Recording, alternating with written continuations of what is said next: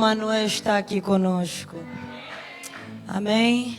Pai Senhor, hoje tenho a honrosa missão de trazer sobre o povo sublime de Deus, o povo mais precioso, a missão de trazer a palavra do Senhor.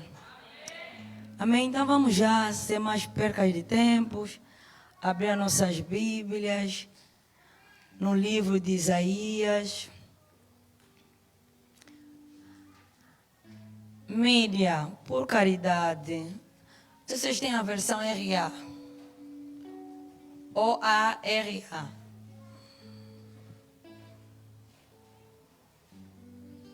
Se não, posso ler na minha versão, não tem problema algum.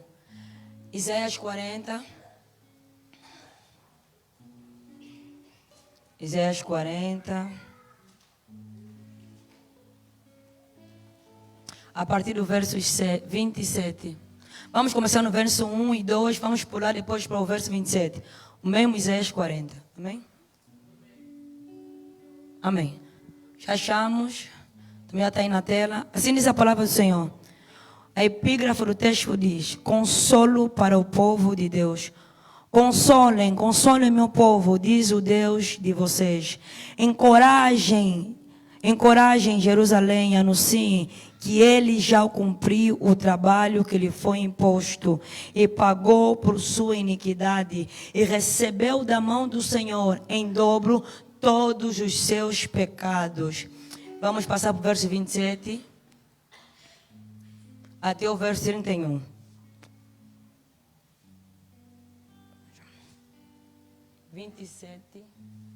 Assim diz a palavra do Senhor. Por que você reclama, ó Jacó? E por que se queixa, ó Israel? O Senhor não se interessa pela minha situação? O meu Deus não considera a minha causa? Será que você não sabe? Nunca ouviu falar? O Senhor é Deus eterno, o Criador de toda a terra. Ele não se cansa, nem fica exausto. Sua sabedoria é insondável. Ele fortalece o cansado e dá grande vigor ao que está sem força. Até os jovens se cansam e ficam exaustos. Os moços tropeçam e caem. Mas aquele que espera no Senhor renova suas forças. Voa alto como águia. Correm e não ficam exaustos. E andam e não se cansam. Palavra do Senhor. Vamos fazer a oração com a abertura com o nosso pastor. Senhor Deus, te louvamos nesta noite. Mais uma jornada que temos em caminhar consigo. 15º dia. Fale conosco por intermédio da tua filha. Querido Espírito Santo, tenha o teu espaço de mover enquanto a palavra for sendo ministrada, que o Espírito Santo age fazendo prodígios, sinais, maravilha, despertando-nos, revolucionando-nos e avançando-nos para o propósito, para o alvo que o Senhor nos tem trazido nesse ano de 2024. Vai além do que a tua filha tem preparado, em nome do Senhor Jesus Cristo. Amém. Amém. Vamos tomar nossos assentos. Confesso, quando eu fui ler o texto de hoje, eu olhei para o texto e falei, não entendi o texto. Tive que ler e reler o texto. Só assim, o Senhor fez graça. E começou a falar comigo através do texto. Amém? O nosso tema de hoje é avançar. Avance com as virtudes que o Senhor nos dá. Avance com as virtudes que o Senhor nos dá. A minha categoria é: não é tempo de pararmos. Amém? E confesso, quando eu li, a primeira vez que eu li o texto, eu olhei para o texto e falei, não estou a ver, não consigo ver nenhuma relação do tema com o texto. Como é que eu vou avançar com as virtudes que o Senhor me dá, se o texto fala que aquele que espera no Senhor voarão como águia? Parece ter uma incongruência no tema do texto, no tema com o texto. Então, eu li o primeiro epígrafo, o livro de Isaías 40 todo, e não entendi nada. Recuei para o 39, contava a história de Isaías. de Ezequias. Voltei para o 38, novamente a história de Ezequias. Então tive que ver o contexto.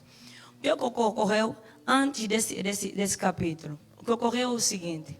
No verso 38 fala que Ezequias ficou doente. E o profeta Isaías, ordenado por Deus, foi até a casa de Ezequias e disse assim: Ezequias, prepara a tua casa. Que daqui a 15, essa doença é para a morte, daqui a 15 dias você morre.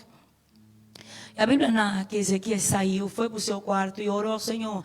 Disse: Senhor, lembra-te de mim, que eu tenho andado retamente de ti, eu tenho cumprido os teus mandamentos. E a Bíblia fala, onde o profeta estava, o Senhor falou com o profeta Isaías, ele voltou e novamente anunciou ao rei Ezequias que não só ele não morreria, como o Senhor estava acrescentando mais 15 anos de vida para ele. E nesse mesmo texto, a Bíblia narra que o rei Ezequias fez um cântico de adoração ao Senhor. Até ali, ok. Mas qual é a relação do texto? Só estou a caminhar para a história. Vamos no verso 39. O verso 39 fala que o rei da Babilônia ouviu que o rei Ezequias havia passado uma enfermidade grave e havia se curado. Então mandou os seus soldados, uma comitiva, para até Israel e cumprimentar o rei. Chegando lá, o rei Ezequias abriu o palácio e mostrou todas as preciosidades do reino. Diz ouro, prata, tudo de bom que Israel tinha. Quando o profeta se apercebeu, perguntou ao rei: Rei, quem foi que veio te visitar? Foram uma comissão de longe, de um povo distante? Ele disse: não, foi a comissão de Babilônia. Ele disse, então, o Senhor entregou o povo de Israel na tua mão.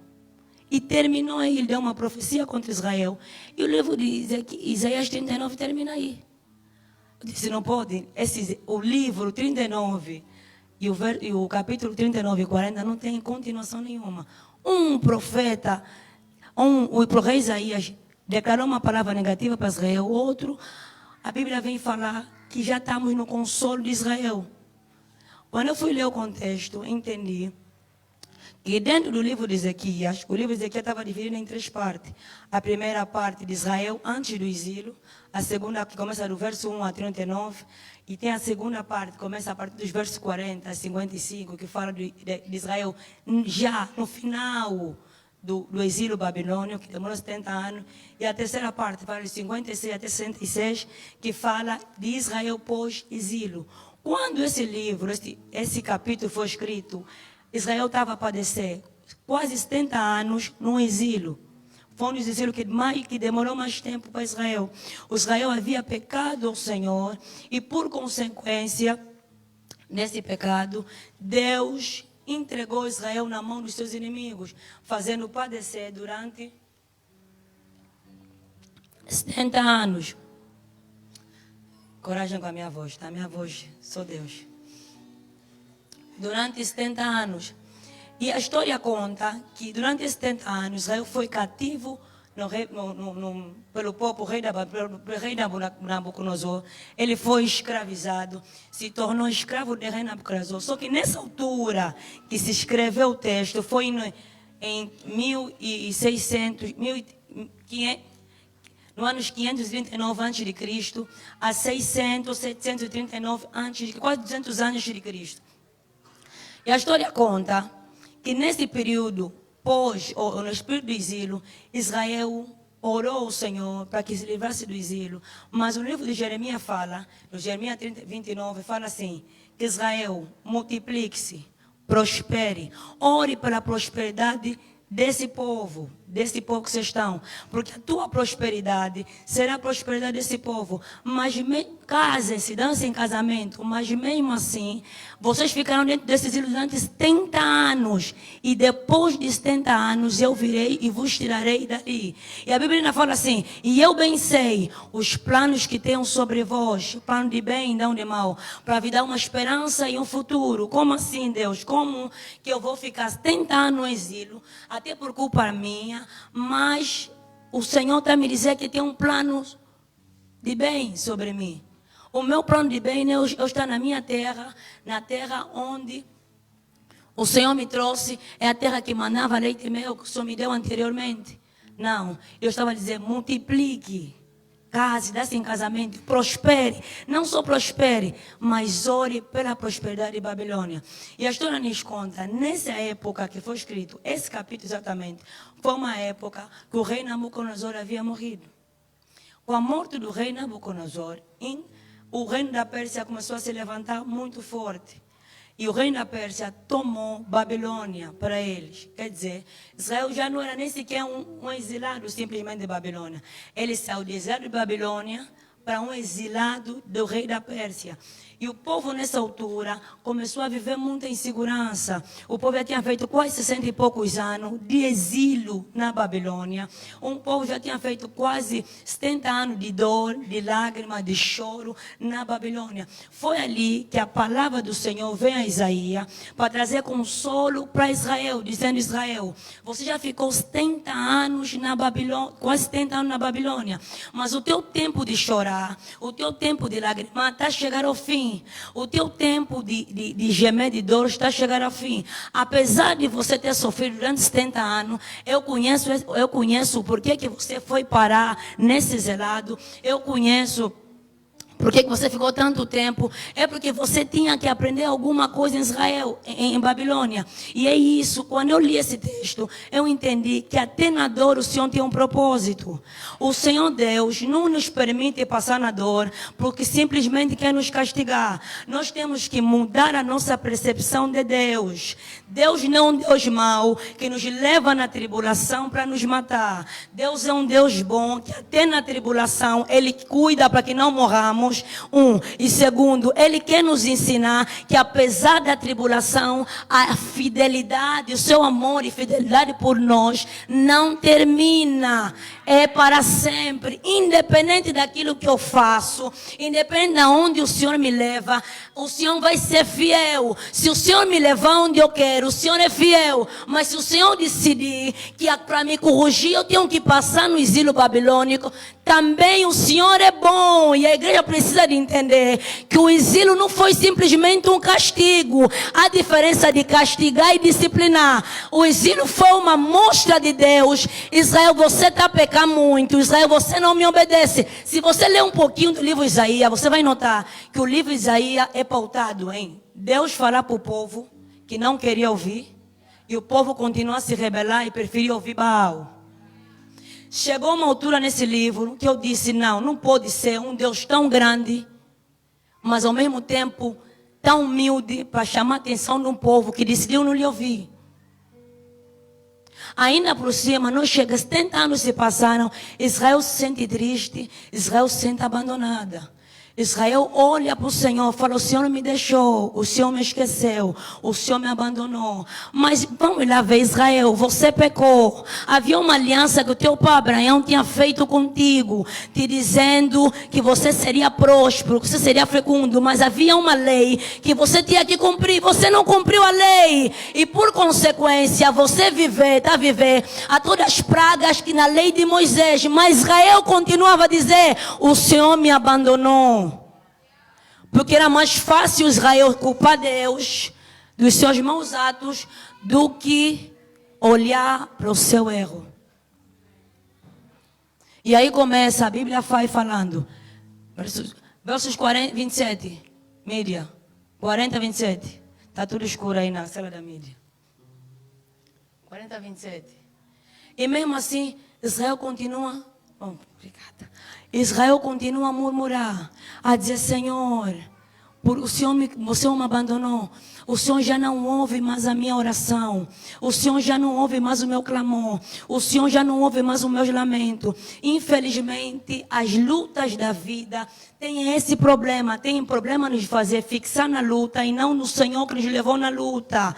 E algo interessante que eu vi nesse texto, a Bíblia fala que eles confiam no Senhor, voam como águia. E o problema do povo de Israel era um povo que, apesar de ter uma história de experiência com Deus, era um povo que não confiava em Deus. O Senhor podia bater na rocha, Israel continuava a murmurar. O Senhor podia abrir o mar, Israel continuava a murmurar. Parece que nada satisfazia Israel, porque Israel tinha uma má imagem de Deus. Israel fixou que só queria chegar em Canaã, mas não queria ver o milagre antes de Canaã. Nós temos que aprender que enquanto nós caminhamos para a terra prometida, há milagres que Deus faz no caminho. O Deus que está nos levando para Canaã também está fazendo milagre, porque havia Faraó por trás e a mar por frente, e o Senhor disse: no Faraó não vai matar o meu povo, nem o mar vai matar o meu povo. Então o mar abra-se. A Bíblia fala que Moisés levantou o cajado e o mar se abriu, porque quando Deus decide fechar um acordo com o seu povo, Deus é fiel para cumprir. E Deus abriu o mar, e a Bíblia fala que Israel passou sobre o mar, e Faraó tentou entrar no mar. Faraó foi morto e os seus cavalheiros, e o reinado egípcio terminou. O reinado egípcio termina quando Faraó decidiu passar no caminho que Israel devia passar. E é engraçado, eu olhava para esse texto e eu dizia: não pode. Como é que um povo que tinha a história escrita dos milagres de Deus, mas tinha uma percepção tão errada de Deus, como é que um povo que viu o mar se abrir, eu nunca vi isso, e viu o mar se abrir, mas é um povo que continuava a murmurar contra Deus? Que isso? Como é que um povo que viu as 10 pragas, todos os primogênitos do Egito morreram, os primogênitos deles foram poupados, mas é um povo que preferia a cebola do Egito e não o maná que cai do céu? Engraçado isso.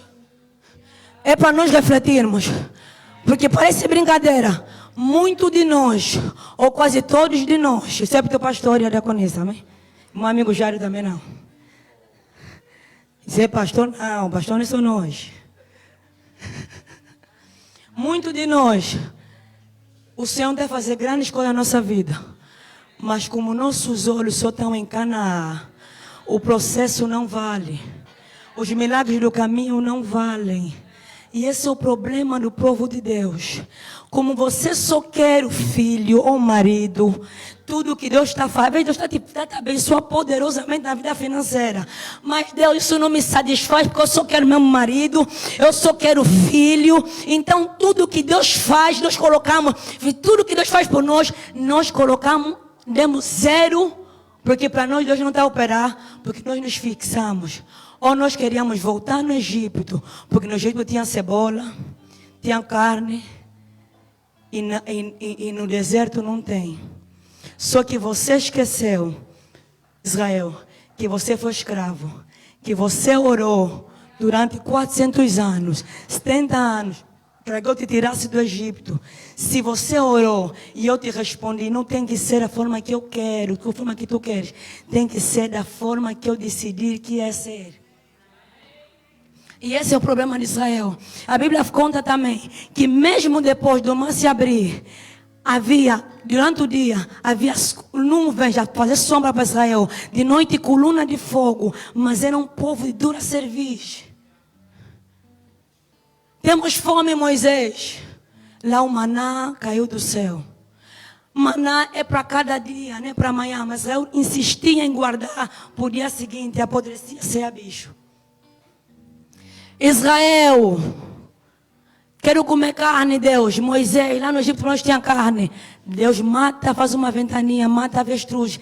Israel come carne, não era suficiente. O povo continuava a murmurar contra Deus. E isso parece muito simples, mas é muito profundo. Moisés, temos sede.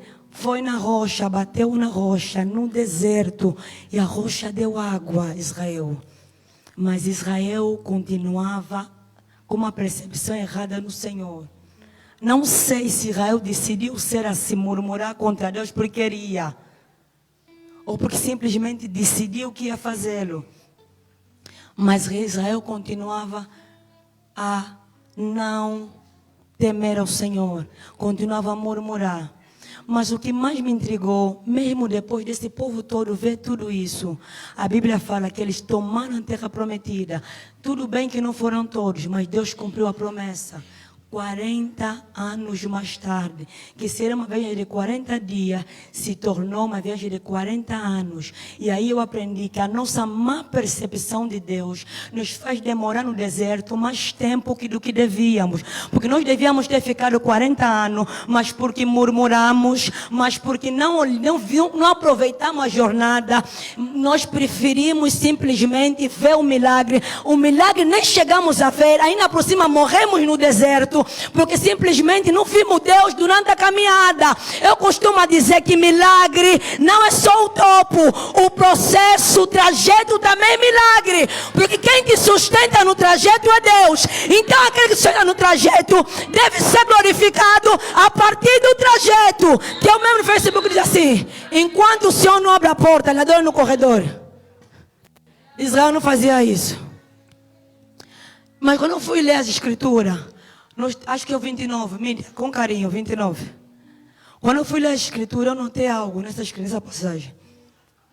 Que eu notei que o problema de Israel, talvez era o nosso problema, era o teu. Que Israel não confiava no Senhor. Como assim Israel não confiava no Senhor?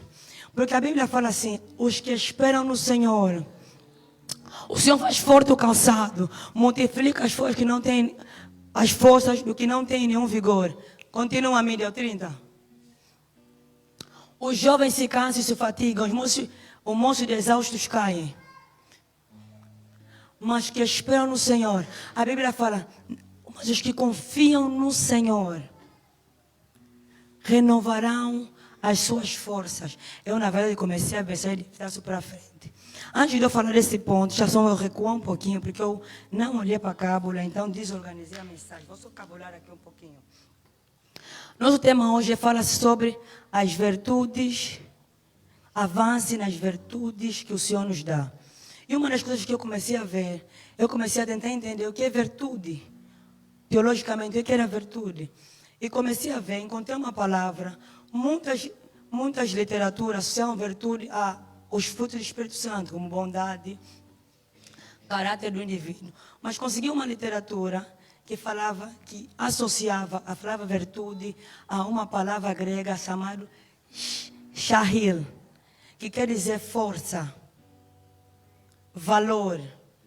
Mas também, estudando um pouquinho a Bíblia, eu entendi que a palavra virtude estava muito associada com a palavra dunamis, que tem a ver com poder. A Bíblia fala assim, que a mulher do fluxo de sangue chegou no Senhor Jesus, tocou, e de Jesus, do Senhor Jesus, deu virtude para ela. Na verdade, aquela palavra é dunamis, significa poder. Então, entendi que a palavra virtude pode ser comparada com a palavra poder, avance no poder ou força que o Senhor nos dá. Até aqui tá bom.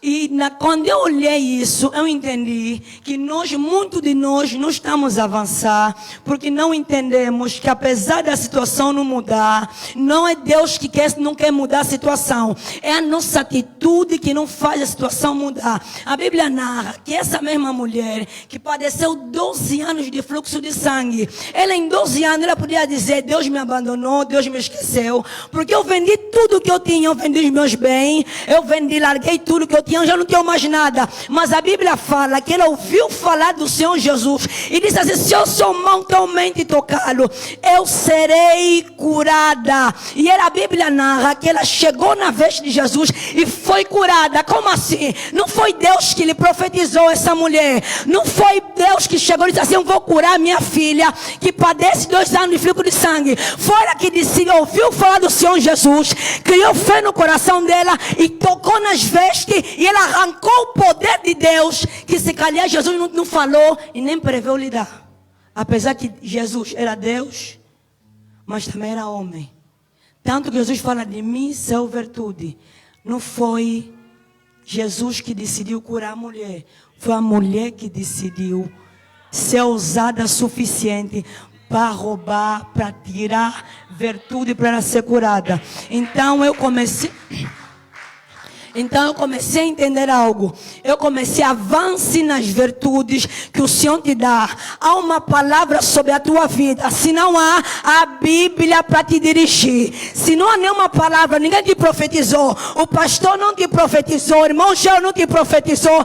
Fica tipo a mulher do fluxo de sangue. Se eu sou totalmente tocar, se eu sou totalmente 21 dias jejuar, eu serei curada. E eu ousadamente, o primeiro dia passou, eu continuo a orar, não vi nada, mas também serei curada. Segundo dia, 10º dia, e no 21 dia, o céu se manifesta e a cura vem. Não é acerca do Senhor falou, mas é acerca da minha ousadia.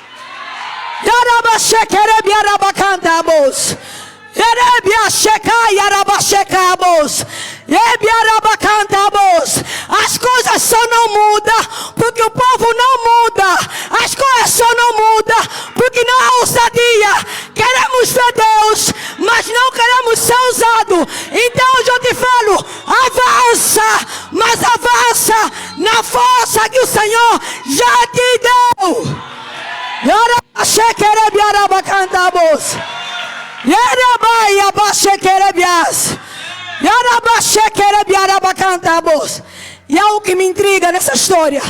Quando eu olho para os apóstolos, eu fico assim, fico admirando. Deus, os apóstolos eram espancados, eram chicoteados. Mas é engraçado o que aconteceu com os apóstolos. Quanto mais os apóstolos eram oprimidos, mais eles cresciam. Como é possível um povo que era praticamente era martirizado, era espancado e era morto? Os apóstolos viam seus irmãos a morrer literalmente. Mas quanto mais os apóstolos eram perseguidos, a Bíblia fala, mais a igreja crescia. Então eu entendi que muitas vezes não é o lugar, pastor. É a forma que nós olhamos para Deus. Quando nós olhamos para Deus da forma certa, não importa onde eu esteja, ainda que na minha família não case, ainda que há um decreto que na minha família todas as mulheres têm que ser estéreis, ainda que há um decreto que todos os filhos da minha casa têm que ser gatuno, se eu sirvo a Deus Todo-Poderoso, se eu tive ao grande Yahweh, ao Sabaote, ao Jeová Rafa, o que vai acontecer é que eu vou crescer, eu serei distinta e eu serei muitíssimo abençoada. Não é o meu nome, é quem Deus é. E Deus honra quem o honra. O grande problema da igreja, a igreja não honra a Deus e quer que Deus lhe honre. Não é possível Deus te honrar se você não honra a Deus. Somos murmuradores, somos mentirosos, somos brincalhões e queremos ver a mão de Deus. Paulo e Pedro não recuavam e na cima diziam assim: importa-te que eu obedeça a Deus e aos homens. E o Paulo era louco. Sim, Paulo era louco. A Bíblia conta, a história de Paulo conta. Eu fui ver o filme de Paulo. Sempre que Paulo era preso, eles faziam o possível de Paulo ficar numa cela sozinho. Porque se Paulo ficasse numa cela com alguém, essa pessoa ia se converter, pastor. Ia se converter. Sempre que Paulo era colocado numa cela com alguém, essa pessoa se convertia. Então o que faziam? Paulo era praticamente colocado como um prisioneiro altamente perigoso, sem ninguém. Os guardas que iam visitar Paulo na cadeia, colocavam comida e iam embora. Como é possível um homem preso ser mais livre que um homem que está livre? Como é que é possível que um Paulo preso, ele é mais poderoso, é mais necessário do que uma Marlene que está andando na Corimba? Como é possível que uma mulher que está a orar é mais necessária que uma mulher que está no palácio. Como é possível? Eu digo que o nome é um nome sobre essa possibilidade. Jesus e nada mais. Há um poder que vem sobre Paulo, e o Paulo se torna necessário mesmo na cadeia como fora dela. E outra coisa que eu notei nos apóstolos. Os apóstolos, apesar de tudo que eles viviam, eles viviam as coisas com alegria. Os apóstolos jamais, absolutamente jamais, eles olhavam para as tempestades da vida e viam uma oportunidade de morrer. Eles viam sempre uma oportunidade de levar a Deus, a palavra de Deus, num outro povo. Era engraçado. Eles, apesar de serem chicoteados, eles diziam assim: apesar que o meu interior está sendo destruído e o meu interior está sendo renovado dia após dia. Como assim, Paulo? Já te bateram bué. Como é que o teu exterior está a morrer? Você está me dizer que o meu interior está sendo renovado? Isso não é coisa para amadores. Isso é coisa para quem entendeu que é um Deus de Israel. Isso não é coisa para quem só quer vir na igreja. Isso é coisa de quem já morreu. Isso é coisa que olhou para trás, viu a frente e disse assim: já não é mais que vivo, mas Cristo vive em mim, esquecendo-me das coisas para trás ficaram e prossigo para o alvo que está diante de mim. Temos que prosseguir para o alvo, ainda que o exílio, ainda que os muitos da família dizem assim: ela não vai ser. Fala: diabo, eu prossigo para o alvo, e o alvo é o meu casamento. Eu prossigo para o alvo é o meu filho. Eu prossigo para o alvo é salvar meu marido.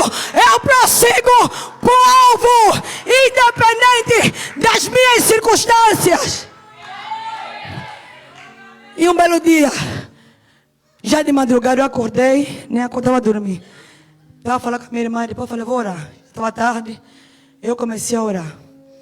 Engraçado, sempre que eu começo a orar e eu tento falar, Deus começa a falar, eu sempre sei que vai ser algo tremendo.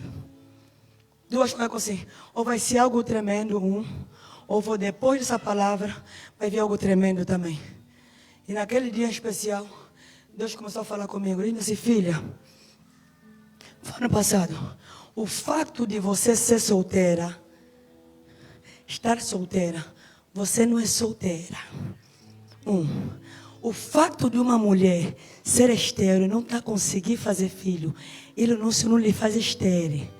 Quando ele me falou assim, ele me disse assim: Paulo, mesmo na prisão, era mais livre de qualquer livre que estava em Israel. Qualquer fariseu, qualquer escriba, qualquer filho de Herodes. Paulo era mais livre. Enquanto Deus falava isso comigo, eu fui remetida ao livro de Atos dos Apóstolos. Isso para te dizer o quê? Tua condição hoje não define teu estado amanhã. Quem define quem você vai ser amanhã, primeiro a palavra de Deus, que é tua herança, que é o teu guia. Depois é aquilo que você pensa de si mesmo. Israel, para de ter uma má imagem de Deus. Israel, ainda que estamos no exílio, ainda que não femos, ainda que Nabucodonosor nos prendeu, Israel, confia simplesmente no Senhor, porque é do Senhor que vai vir a solução. E o engraçado é, o Senhor fez uma comparação daqueles que confiam nele, que esperam nele, como águia, os que voam como águia. Vamos ver se vamos ver 10 dimensões: os que voam, os que correm, os que andam. Deus está nos dizendo assim: só confia em mim, porque se você decidir confiar em mim, dependente da dimensão que você vai confiar, ou você voa como águia, ou você corre, ou você anda, mas avançar é o teu destino. Não avançamos porque não confiamos, não avançamos porque simplesmente olhamos para a situação e dissemos: não vai passar. É mentira.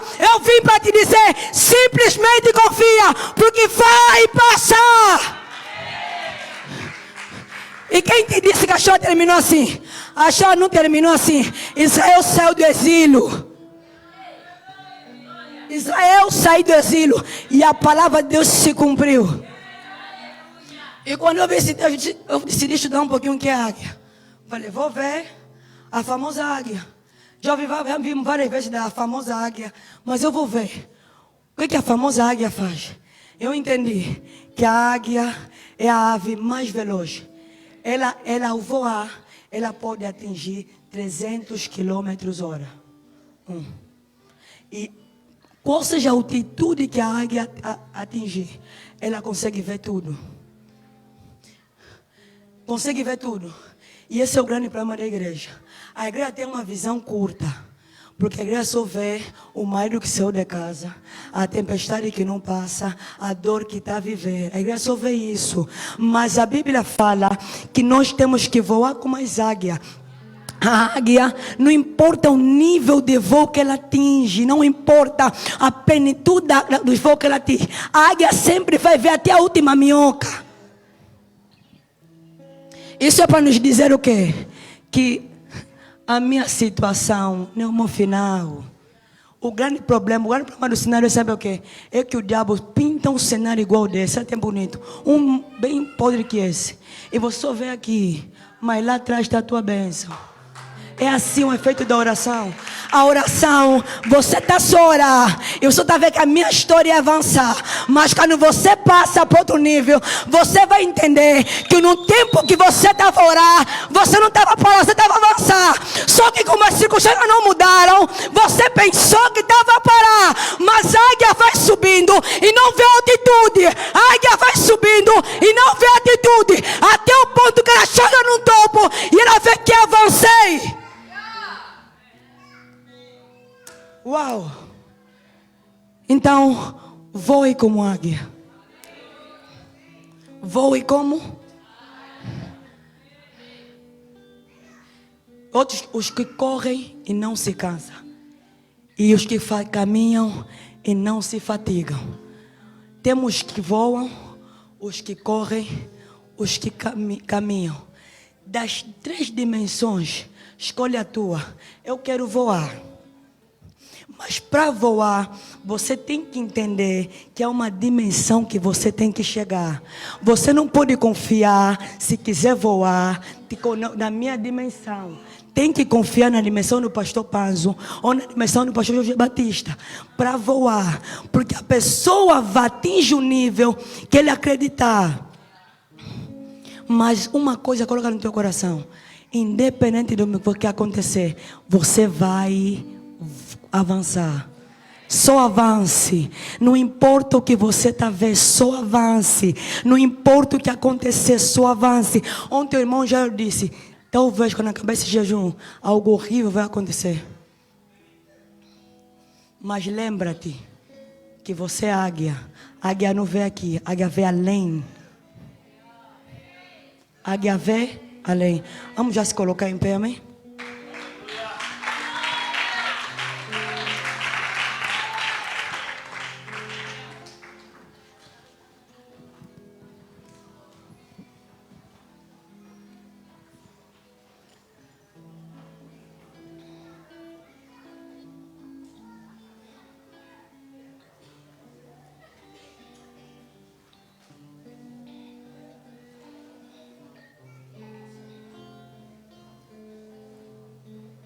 E outra coisa, não é possível avançar com as virtudes que o Senhor nos dá, sem houver dor ou confronto. Todo avanço que o Senhor vai nos promover, vai colocar sobre a nossa vida, vai ser desconfortável. Segundo, vai nos remeter a uma dor. Mas todavia, quando isso acontecer, você não se foca na dor, se foca que depois da tempestade passar, vai haver abundância. Eu me lembro, eu termino contando um testemunho, eu me lembro que em 2019 meu pai morreu. Meu pai morreu e na nossa casa entrou um vento muito grande de morte. A minha irmã não estava muito bem. Eu que acompanhei meu pai todo o processo do hospital. Eu comecei a desenvolver praticamente quase a mesma doença que o meu pai. O Jairo, que já ora comigo há anos, disse, Marlene, eu estou a te ver. Você está no hospital, foste ser operada, estás com a barriga bem grande. Meu pai morreu, aquela barriga de água. Eu disse, eu não aceito isso.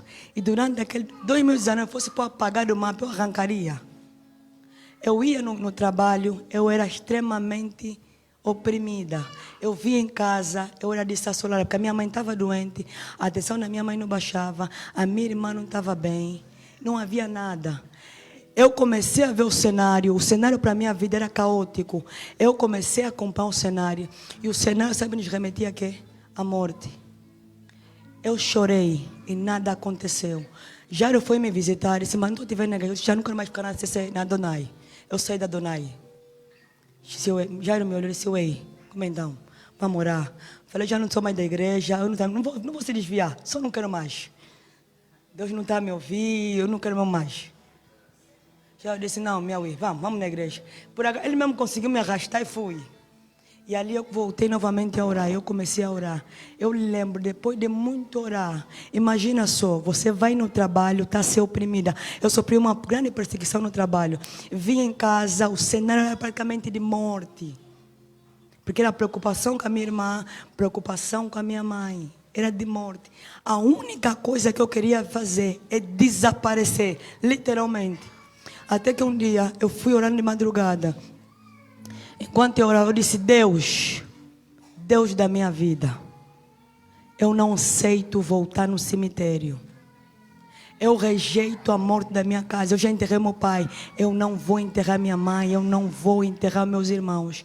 E quando eu disse isso, Deus disse, filha, ou eu abro o mar, ou eu te faço caminhar sobre o mar, mas esse problema vai passar. Não importa conforme eu vou fazer passar, só creia que vai passar. E confesso, durante muito tempo eu tive que aprender a andar sobre o mar. E eu entendi que apesar de eu andar sobre o mar não me mata. Diz que Jesus esteja ao meu lado, o mar só vai me submergir se eu deixar de olhar para o mestre e olhar para a tempestade. E eu caminhei, e 2024 estamos aqui, eu e a minha casa, e ninguém morreu. A morte só a minha casa não levou mais ninguém a não ser meu pai. A morte tentou levar a minha alegria, a morte tentou levar a minha esperança em Deus, mas não conseguiu, porque Deus quer a ressurreição e a vida. Chegou primeiro que a morte. Isso é para te encorajar. Não importa a circunstância, simplesmente confia. Ou Deus vai abrir o mar, ou vai andar sobre o mar, mas de qualquer forma é milagre. Amém? Então vamos já começar a orar. Começa a orar. Começa a orar dizendo, Senhor, me ensina a confiar em Ti. Senhor, me ensina a confiar em Ti. Me ensina a acreditar que aquilo que você me prometeu eu vou viver. Vai dizendo, Senhor, me ensina a confiar em Ti.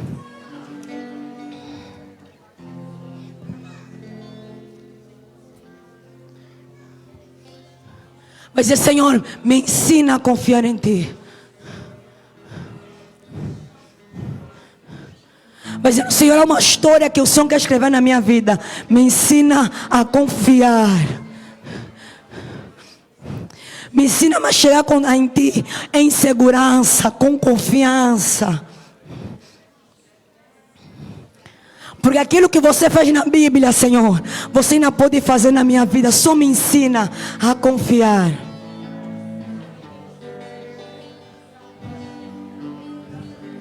Vai dizendo, Senhor, me ensina a confiar em Ti. Me ensina a confiar na Tua Escritura, na Tua Bíblia, na Tua Palavra. Me ensina a confiar na Tua Palavra que o Senhor derramou sobre a minha vida. Me ensina a confiar em Ti. E só em Ti, mais ninguém. Me ensina a confiar em Ti. Só em Ti e mais ninguém.